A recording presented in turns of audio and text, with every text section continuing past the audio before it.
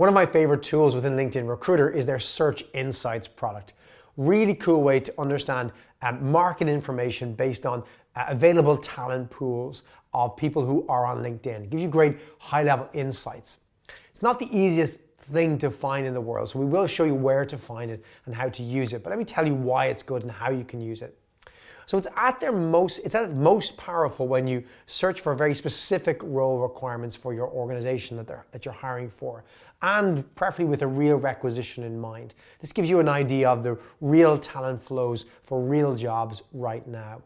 So LinkedIn Recruit Search Insights allows you to look at talent availability by several different methods. You can search by location, so where are they in the world, company, what employers employ these skill sets, and then understand who's hiring right now and who's exiting these types of skills. Really informative. What kind of experience level do they typically have for those roles or skills, and even what kind of education they would typically have at this level of a role. So again, it's about driving much better conversations with the broader hiring team working on this requisition.